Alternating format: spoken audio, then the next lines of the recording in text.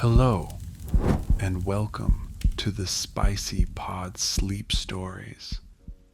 I am Michael, and tonight we will step into a world of secrets, temptation, and stolen moments. She's rich, sharp, and hiding behind the mask of an ordinary life. He's her grumpy, relentless boss, certain she has no idea what wealth truly means. But the closer they get, the more sparks fly. From stolen glances in the office to hands brushing over silk and satin, until one night changes everything. Alexandra Sterling was born into a life where crystal chandeliers caught the light of every passing evening, where tailored gowns were delivered in boxes wrapped with satin bows, and where her last name alone could open any door. Yet the very weight of that name pressed against her chest like a cage. Everyone saw the fortune before they saw the girl. So she slipped out of that world quietly and deliberately, trading polished marble halls for the hum of an ordinary office. Here she could be anonymous. No designer labels, no photographs in the society pages, just another face behind a desk. She liked the anonymity, even if it meant keeping her laughter softer, her secrets closer. But there was a restless fire in her, one that no disguise could smother. Nathaniel Carter was her opposite in every way, a man who clawed his way to the top, with nothing but stubborn will and endless nights of work. Wealth, to him, was not champagne and gala lights. It was a fortress he built, brick by brick, so no one could ever knock him down again. His suits were sharp, his tone sharper still. A man who had no patience for frivolity, who measured every minute, and demanded the same from those around him. And yet, behind his gruff commands and relentless focus, there was a kind of heat, the kind that lingered in the air when he entered a room, silent but impossible to ignore. He didn't even notice the way people's eyes followed him, drawn to the quiet gravity of his presence. The first time she saw him, it was in the lobby. She stood among a line of new employees waiting for their badges, clutching a folder as if it were armor. The morning sun spilled across the marble floor, catching the edges of polished shoes and glass walls. And then there he was, broad-shouldered, phone in hand, his presence cutting cleanly through the hum of chatter. Her pulse stumbled. He wasn't just handsome, though his dark hair and strong jaw could have belonged to some model pressed onto a magazine cover. It was more than that. He moved like a man who owned every space he walked into, as if gravity itself shifted for him. She lowered her eyes quickly, reminding herself that she wasn't here to notice men like him, especially not her new boss. He looked up once, only briefly, his gaze sweeping across the cluster of new hires before pausing on her. Something in the way she stood, chin tilted, unruffled where others fidgeted, caught his attention. He didn't linger long, but long enough for the smallest thread of curiosity to pull taut. To him, she was just another employee, nothing special at first glance. But there was something in the curve of her mouth, the calm steadiness of her gaze. Most people looked at him with either awe or intimidation. She didn't, and that unsettled him more than he'd admit. Their paths crossed again hours later in the quiet of the office floor. She was setting her things at a desk near the window when his footsteps approached, measured and deliberate. "You're new," he said, his voice low, clipped, and unmistakably authoritative. She turned, meeting his eyes without flinching. "First day." He studied her for a moment, as if weighing her. Then, with the faintest quirk of a brow, he gave a short nod and moved on. No welcome, no smile, just a presence that lingered like the scent of cologne in the air. Dark, restrained, commanding. She exhaled slowly once he was gone, her fingers brushing the edge of her desk. The office felt different already. By noon, she had begun to notice how people reacted to him. The shuffle of papers when his shadow stretched across the desk. The way conversations quieted the moment he entered a room.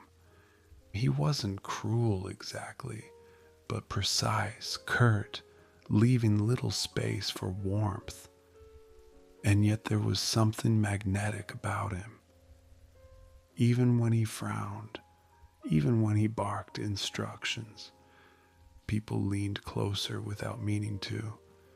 She caught herself watching him too often. The way he adjusted his cufflinks before a meeting, the way his hand skimmed his jaw when deep in thought. She tried to focus on her work, but awareness of him lingered like heat at the edges of her skin. It didn't take long for him to notice her again. She was in the break room, carefully stirring sugar into a chipped mug when his voice came from the doorway. "Is that the cheapest coffee in the machine?" She blinked, surprised, then turned. He leaned against the frame, arms crossed, gaze steady on her. "It is," she said lightly, "and it does the job." His mouth curved, though not into a smile. "You'll regret that soon enough. Maybe I like bitter things." She raised the mug in a mock toast and took a slow sip.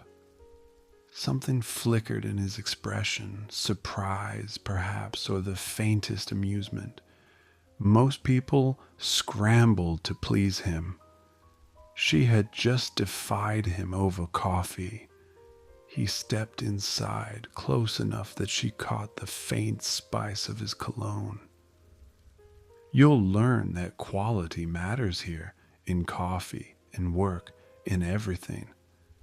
Her lips curved, unbothered. "Duly noted, boss." His gaze lingered, longer than was necessary. Then he left. Footsteps fading down the hall, leaving her pulse racing in his wake. By the end of the day, she realized that anonymity would not come as easily as she hoped. Not when her boss looked at her like that. Not when every word between them felt like a spark testing dry kindling. And he, for all his self-discipline, found himself replaying the sight of her. Steady, unflinching, sipping bitter coffee with a smile, as if she had nothing to prove. It was only her first day, and already neither could quite ignore the other. By the second week, she had learned two things about him. He was brilliant, and he was impossible. He expected perfection in every report, every presentation, every detail down to the font on a spreadsheet. He had little tolerance for excuses and even less for inefficiency. Around him, employees moved quickly, their eyes lowered, their voices softened, but she didn't shrink. When he barked instructions, she asked questions. When he criticized her formatting, she raised a brow and asked if he preferred aesthetics over substance. He had never met someone who challenged him in such small, subtle ways. Especially not someone he paid. One late afternoon, long after most of the office had emptied, she remained at her desk. Paper spread like a puzzle across the surface. He noticed the light still on in her corner as he strode past, jacket slung over his arm. "You're still here," he remarked, his voice low but carrying. She didn't look up immediately. "Some of us like to get things right the first time." He paused, caught between irritation and intrigue. "And you assume others don't?" Her lips twitched. "I've seen the stack of corrections you've sent back this week. I'd rather not add mine to the pile." For a moment, silence stretched, thick with something more than work. He stepped closer, resting a hand on the edge of her desk. His presence filled the space, broad shoulders, rolled up sleeves, the faint scent of cedar and spice lingering on his skin. "You think you're clever," he said quietly. She finally looked up, meeting his gaze. "I don't think," she murmured. "I know." It was reckless the way she said it, the way her eyes held his without flinching. He wasn't used to recklessness, he was used to control, and yet, a part of him, a dangerous, restless part, found himself leaning closer. He straightened suddenly, pulling back as though the air itself had reminded him who he was. "Go home," he ordered softly. "It's late." But she only gathered her papers slowly, deliberately, as if to prove she wasn't rushing at his command. When she finally stood, brushing past him to collect her bag, the faintest brush of her shoulder grazed his arm. Warm, electric, neither spoke of it. The following days only sharpened the tension in meetings. His gaze found her too easily. At lunch, she teased him about the endless black coffee he consumed. He called her impractical. She called him joyless. Each word, each exchange, drew them tighter into an invisible line neither dared cross. One evening, when rain pressed hard against the windows, they found themselves once again the only two souls in the office. The lights hummed softly above, casting shadows across his desk as he leaned over a contract. She sat across from him, editing notes on her screen, the steady rhythm of typing the only sound between them. At one point, she glanced up, her eyes tracing the way his hair fell loose over his brow, the way his shirt clung to the lines of his chest where he had rolled his sleeves too far. He must have felt her gaze because his eyes lifted, dark, sharp, catching hers and holding. The world seemed to hush. Neither spoke, neither moved, but something shifted, a silent acknowledgement of the tension coiling between them. Then he cleared his throat and returned to the page, his voice quieter than usual. "You should leave soon. The trains will stop running." She smiled faintly, her tone as light as her heart was unsteady. "Maybe I like staying late." His pen paused mid-line. A muscle in his jaw flexed. For the first time in years, he wasn't sure whether he wanted to be the one to leave or the one to stay. The morning began with tension. A client presentation loomed, one of those high-stakes meetings where every detail mattered. He was already irritable. His assistant had mixed up the files. The car service was late, and worst of all, the suit he had sent for pressing hadn't been returned. She found him in his office, standing before the mirror, dark brows drawn together as he adjusted a jacket that clearly didn't fit his standards. "You're scowling at your reflection," she said lightly from the doorway, clutching a folder. "It might fight back." His gaze flicked to hers, sharp as always. "This isn't a joke. I have 20 minutes before I'm in a room with people who notice everything." She stepped further inside, her voice softening. "Then maybe you need another option." He gave her a look that was equal parts suspicion and impatience. "And what would you suggest?" Her lips curved as she set the folder down. "I might know where to find something better."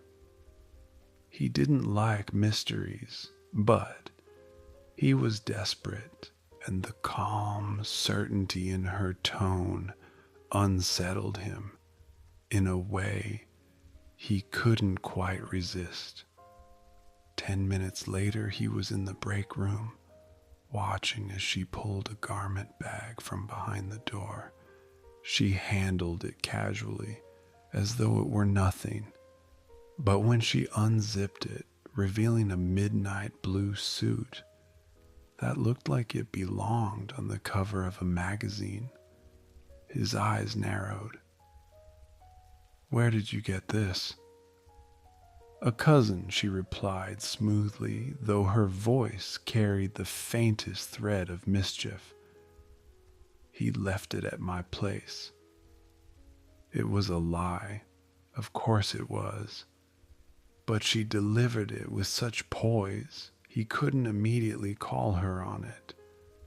He ran a hand over the fabric, feeling the weight of its perfection. It was a suit that whispered of bespoke tailoring, of quiet wealth and subtle luxury. His suspicion only deepened. Still, he stepped into it, pulling the jacket over his shoulders, fastening the buttons. It fit almost flawlessly. And then her hands were on him. "Here," she murmured, reaching up to smooth the collar, her fingers brushing against the skin just beneath his jaw. She tugged the lapel gently into place, straightened the tie he hadn't bothered with, and for a moment the world narrowed to the nearness of her touch. He stood very still, his breath heavier than he meant it to be. As her fingertips lingered a fraction too long at the base of his throat. She was close enough that he caught the soft fragrance of her perfume, something delicate, like jasmines and smoke. When she finally stepped back, his reflection looked sharper, more dangerous, more complete. But his eyes didn't linger on the mirror. They stayed on her. "You seem awfully familiar with this kind of tailoring," he said quietly. She met his gaze evenly, a hint of challenge in her eyes. "Maybe I just have good taste." Their eyes held, the space between them charged, the memory of her hands still burning against his skin. At last, he turned toward the door, his voice clipped, though lower than usual. "You've saved me from disaster. I'll remember that." As he walked away, she released a breath she hadn't realized she'd been holding. Her hands tingled where they had touched him, her pulse still unsteady, and he, for all his discipline, found himself running a thumb along his collar, as if to trace where her fingers had been.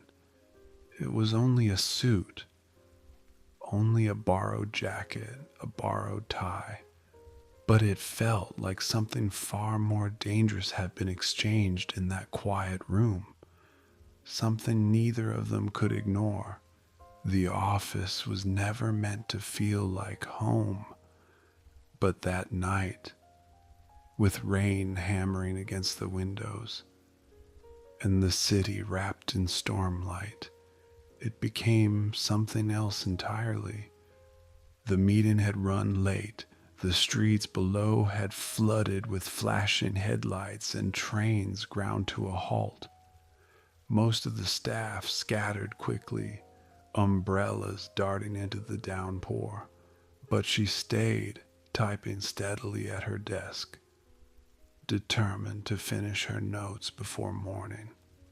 He noticed her as he passed by, jacket slung over his arm, phone pressed to his ear. "Car service says an hour at least," he muttered into the line before hanging up. His gaze slid to her. "You're still here?" She glanced up, smiling faintly.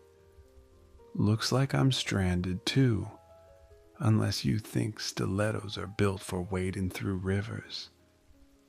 His eyes drifted down, catching the shimmer of her heels, then back to her face.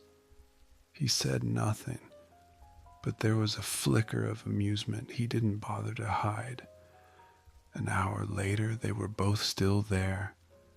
The building had gone quiet, security lights dimmed to a soft glow. The storm outside only grew louder, wind rattling the glass, rain streaking down in torrents. She sat curled on the lounge sofa in the break room, a blanket from the supply closet draped over her legs. Across from her, he leaned back in an armchair, tie loosened, sleeves rolled to his forearms. For once, he looked less like the ruthless executive and more like a man. Tired, sharp-edged, but very much alive. "You don't strike me as the type to stay behind," she said softly, watching him. "I don't like leaving work unfinished." His tone was clipped, but his eyes held hers. "And you?" She shrugged lightly. "Maybe I don't like leaving things half done either." The words lingered between them, heavier than they should have been. He leaned forward slightly, resting his elbows on his knees, the dim light catching the planes of his face. "You're not what I expected." Her breath caught, but she masked it with a teasing tilt of her head. "What did you expect?" "Someone who'd keep their head down. Someone who'd avoid me." His gaze was steady, unflinching. "But you look me in the eye. You answer back. You surprise me." Her throat tightened, the blanket suddenly too warm around her. She shifted slightly, her shoulder brushing his arm as he moved to sit beside her on the sofa. The contact was fleeting, accidental, and yet it set her pulse racing. Silence stretched. The storm outside raged, but in the quiet of the lounge, the only sound was the rhythm of their breathing. Too close, too synced. She could feel the heat of him, the line of his arm brushing hers, the subtle scent of cedar and spice. It would have been so easy to lean just a fraction closer, to let their lips meet in the charged quiet. His hand shifted as though he might reach for her, might close the space. But at the last second, he drew it back, clenching his fist against his knee. "You should get some sleep," he said, his voice rougher than he intended. She nodded, pulling the blanket tighter, though she didn't move away. Her lashes lowered, her pulse steady only on the surface, but inside, she was anything but calm. When at last her eyes drifted closed, she felt the faintest brush of fabric against her shoulder. He had adjusted the blanket over her, careful, quiet.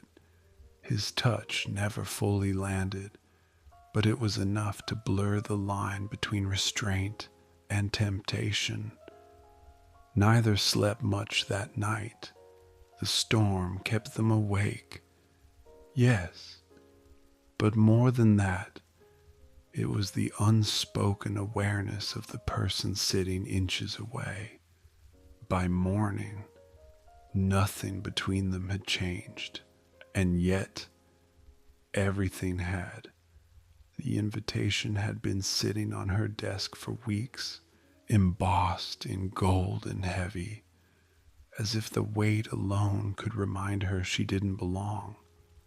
A charity gala for his foundation, an event that demanded gowns, champagne, and smiles polished sharp enough to cut glass. She hadn't wanted to go, but he'd made it clear. "You'll be there," he'd said, tone flat and final. "I expect you beside me."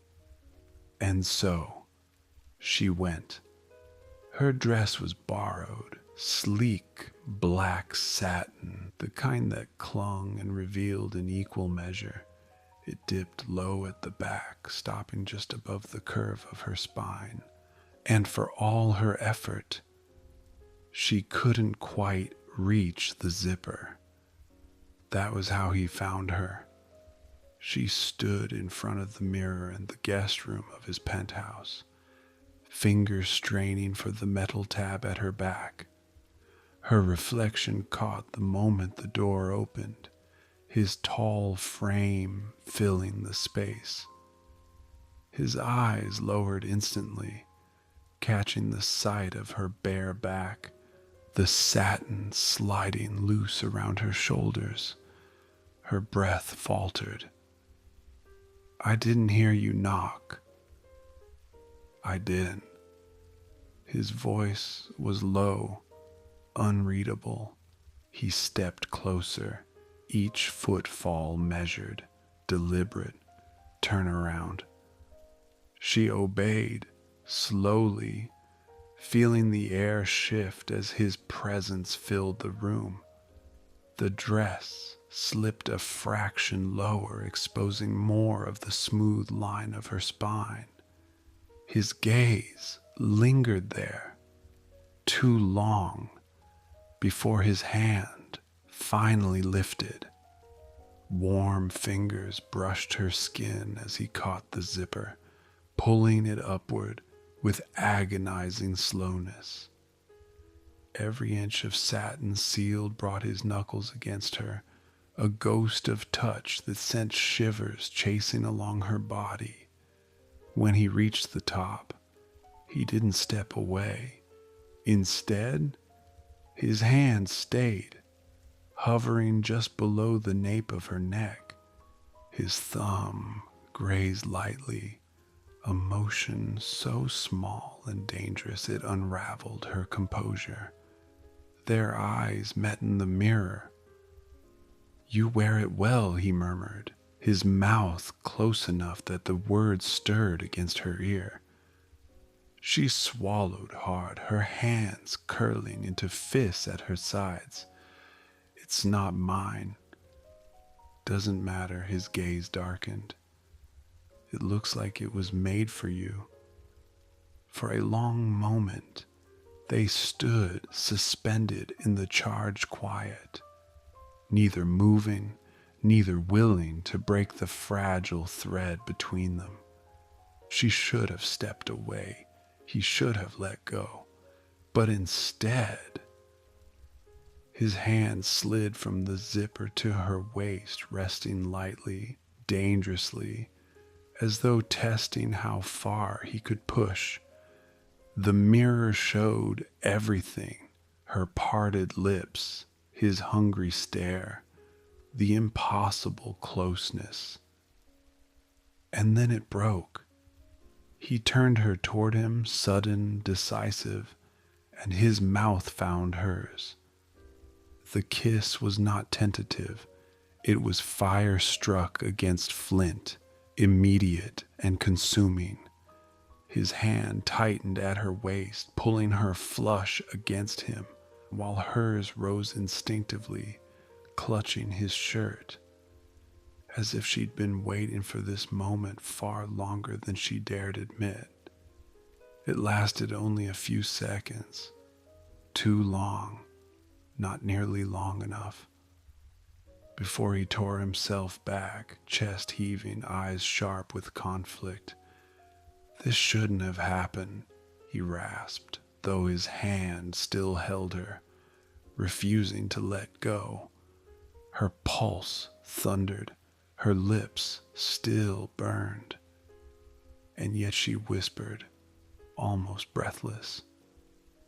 But it did. The words hung between them, undeniable. When they left for the gala, they did so in silence, but every step, every glance, every brush of their hands carried the memory of that kiss. The hotel ballroom shimmered like a palace of light, chandeliers scattering brilliance across polished marble floors. She hadn't wanted to come. It was his world, not hers. But somehow, she found herself in a gown that clung like liquid midnight. Her hair swept into a style that revealed the elegant line of her neck. When she descended the grand staircase, his world stopped. For once, the unflappable billionaire was at a loss for words. She moved through the crowd as if she belonged, and yet only he knew she didn't. Or rather, only he believed she didn't. That contradiction tugged at him more violently than any deal ever had. The gala was supposed to be business, investors, handshakes, polite words, but his gaze kept finding hers across the room. Every time another man bent his head closer to her, laughing too easily, his jaw tightened. Every time her lips curved in that soft, restrained smile, he wanted to drag her away. At last, the orchestra began a waltz. He crossed the floor without hesitation and held out his hand. "Dance with me." Her fingers slipped into his and she was pulled against the wall of his chest. The music guided them, but the air between them was hotter than any ballroom deserved. She felt his breath at her temple, the hard press of his palm against her back. "You shouldn't be able to afford this dress," he murmured, voice rough silk, "and yet you wear it like it was made for you." Her smile was faint, teasing, dangerous. "Maybe I'm not who you think I am." They turned, gliding past glittering eyes and champagne glasses, but the world seemed to blur. It was only his hand at her waist, her body aligning with his, the friction of restraint.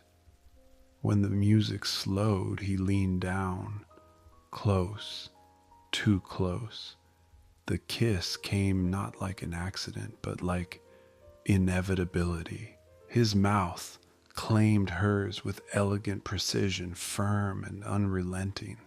For a moment she resisted, caught in the scandal of it. Their colleagues, the society photographers.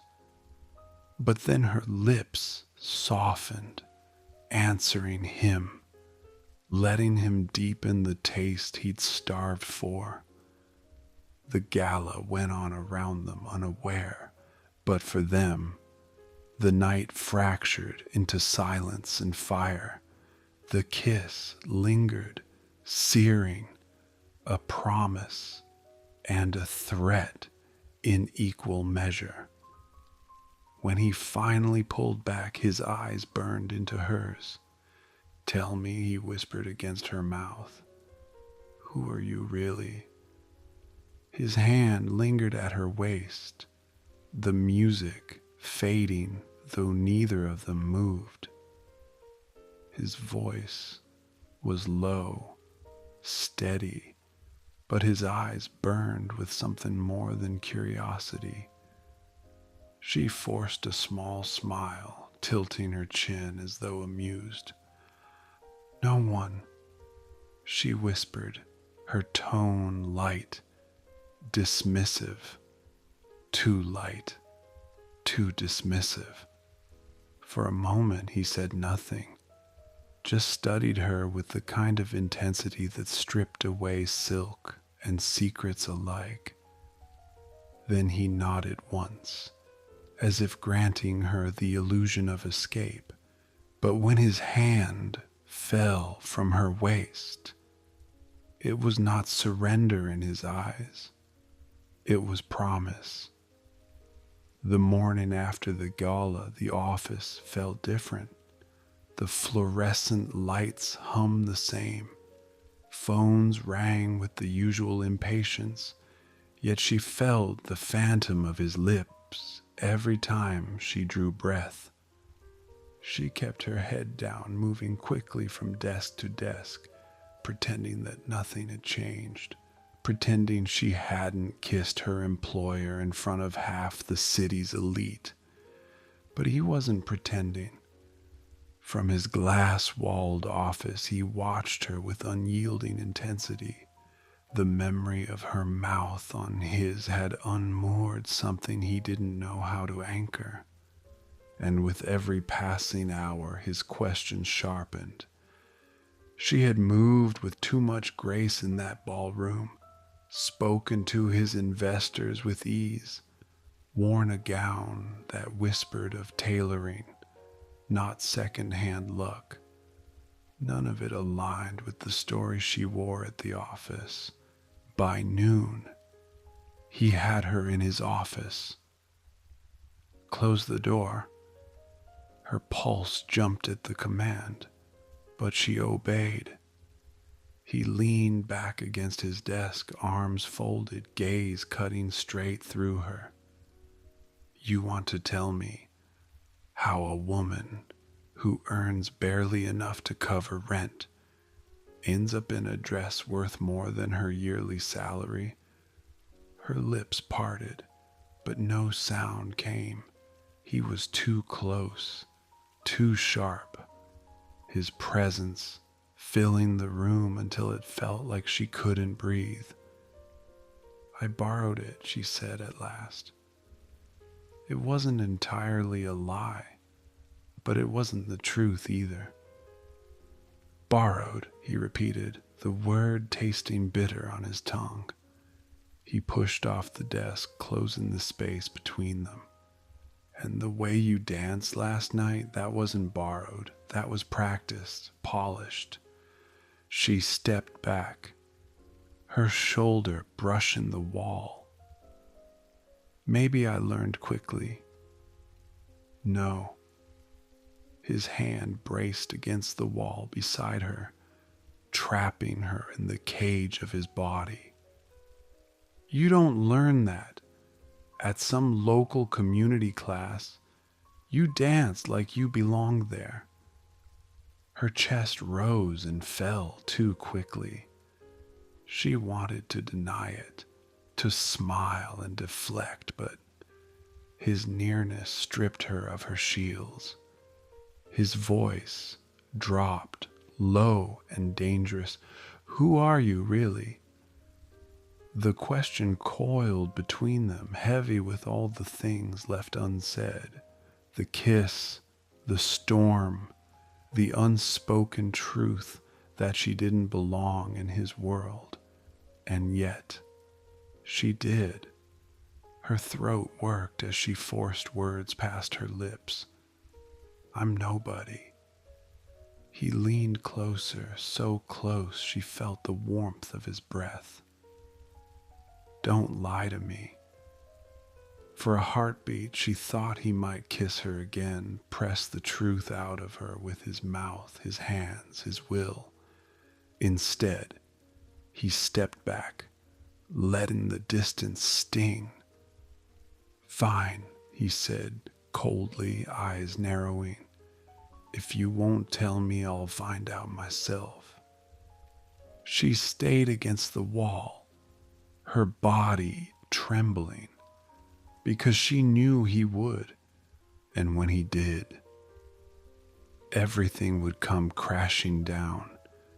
The office was too small to contain the silence that stretched between them. He stood behind his desk, hands braced on the polished wood, eyes locked on her as though her answer could set the whole world on fire. You're lying, he said finally, voice low, dangerous, and I'm done accepting half-truths. She shifted, her heartbeat loud in her ears. You wouldn't understand. Then make me. He came around the desk in a slow, deliberate circle, his presence crowding her until the city lights beyond the windows were all but forgotten. Because if you think you can keep hiding behind that mask, you've underestimated me. She should have walked out. Instead, she stayed, spine rigid, breath uneven, and when he reached for her wrist, firm, not cruel, but unyielding, she didn't pull away. Not here, he said, voice dark silk. If you're going to tell me the truth, it won't be in an office where anyone can barge in. You're coming with me. Before she could argue, he was already leading her out, past the stunned night staff into the waiting car. The ride was a blur of silence, his gaze burning against her profile, And then the doors opened to his penthouse. Vast glass walls, the city glittering beneath them like a kingdom at their feet. The silence in his penthouse was unlike any other. No hum of the city, no shuffle of assistants, no music to soften the edges. Just her breath, uneven, and his eyes fixed on her as though he had already stripped her bare. He stood by the floor-to-ceiling windows, Manhattan glittering behind him like a wall of judgment. In his hand, he held the invitation card she had thoughtlessly left behind in her desk drawer, engraved with her family crest, her family name in gold. "I should have known," he said finally, his voice rougher than usual. "The way you carried yourself, the way you looked at me like you'd seen empires rise and fall." He turned sharp as a blade, eyes narrowed. "You're not some anonymous assistant. You're her." Her throat tightened. She wanted to deny it, to spin another veil of lies, but his tone left no room. Slowly, she lifted her chin. "Yes," she admitted, "I am. And if you think I came here to play games..." Games. He was on her before she could finish, crossing the space in strides. "Do you know how many nights I've thought about you? Wondered what you're hiding. You walk into my office like temptation dressed in wool, and now, this." His hand came to her jaw, not gentle but not cruel, just hungry. "Do you have any idea what it does to me knowing you're even more untouchable than I imagined?" Her breath caught. "You should be furious." "Oh, I am," he murmured, leaning in, his mouth a whisper from hers. "But fury feels a lot like desire." When he kissed her, it wasn't tentative like the gala. It was possession, the kind of kiss that crushed air, that made her hands clutch his shirt just to stay upright. The truth between them burned away any pretense. What was left was raw, unfiltered need. She pushed him back, breathless, her lips swollen from the force of it. "You can't." "I can," he cut in, his voice a growl. "And I will. Don't think that name of yours saves you from me. If anything..." His gaze dragged over her, heated, reverent, sinful. "It makes me want you more." Her body trembled, not with fear, but with the sharp, dangerous thrill of being seen at last. No disguises, no lies, just her, just him, and the hunger that refused to be denied. The city glittered behind them, but the world had narrowed to a single truth. The cage of her last name, the fortress of his ambition, and neither strong enough to keep them apart. The night had left no room for pretenses. He had touched her like a man who finally found what he'd been searching for, and she had kissed him like someone who had stopped running. But now, in the pale morning light that crept through his floor-to-ceiling windows, everything lay exposed. She stood barefoot on the cool marble, wrapped in his shirt, staring at the city below. Her family's skyscraper rose in the distance, a glittering reminder of the life she had tried to keep hidden. "You lied to me," he said behind her. His voice was low, steady, but edged with something sharper than anger. Hurt. She turned, her lips parting, but no words came. What defense could she offer? That she had only wanted to be seen as herself, not as the daughter of obscene wealth. That she wanted to work because her hands craved purpose, not because she needed to. I didn't lie, she whispered finally. I just didn't tell you everything. That's the same thing, he shot back, stepping closer. Do you know how many nights I looked at you and wondered why someone like you would work here? And the truth was right there. You were testing me, playing me. No. She shook her head, tears welling. I never played you. I just wanted... Her voice broke. I wanted to know what it felt like to be wanted for me, not my last name. And with you, I thought. The silence that followed was unbearable. His jaw was tight, his hands curled into fists. Finally, he said, I don't know if I can trust you. The words shattered her. She felt as though the glass walls around them were breaking, sharp fragments cutting into her chest. She had dreamed of this man, his strength, his steady gaze, the way he made her feel alive in her skin. And now, it was all slipping away.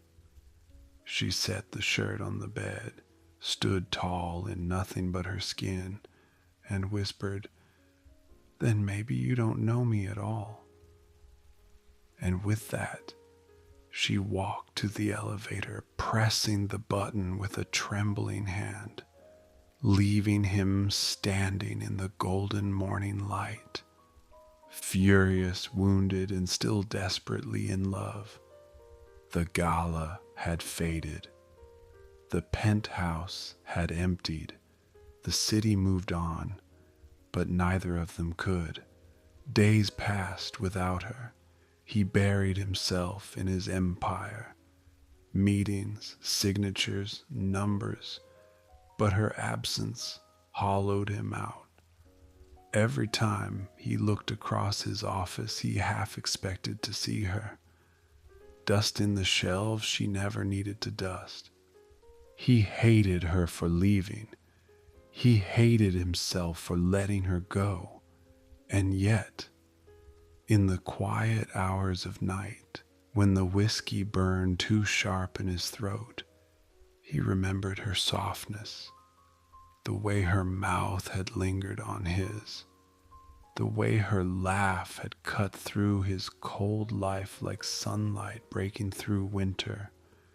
He could not unlearn her. When he finally found her, it wasn't in the marble towers of her family's wealth. It was in the little cafe down the street from where she had first applied to work for him, sitting alone with her hair tied back, her hands wrapped around a chipped mug as though it grounded her. She looked up, startled, when he stepped in. For a moment, neither moved. Then he crossed the space between them and sat down, his voice rough. You broke me, he said simply. Her eyes glistened, but she didn't look away. So did you. They sat in silence, the air between them heavy with everything unsaid. Finally she spoke, her voice trembling. I don't want the mansions or the glass towers or the name people bow to. I only wanted someone to see me. You saw me. That's why I didn't tell you. I was afraid the truth would take that away. He leaned closer, his jaw tight, his gaze burning into hers. Do you think I give a damn about your last name? Do you think any of it matters when I can't breathe without you? The cafe was too small to hold what passed between them. The hunger, the hurt, the undeniable pull. His hand found hers across the table, rough and warm, and she let out a breath she hadn't realized she'd been holding. Then take me as I am, she whispered. Completely.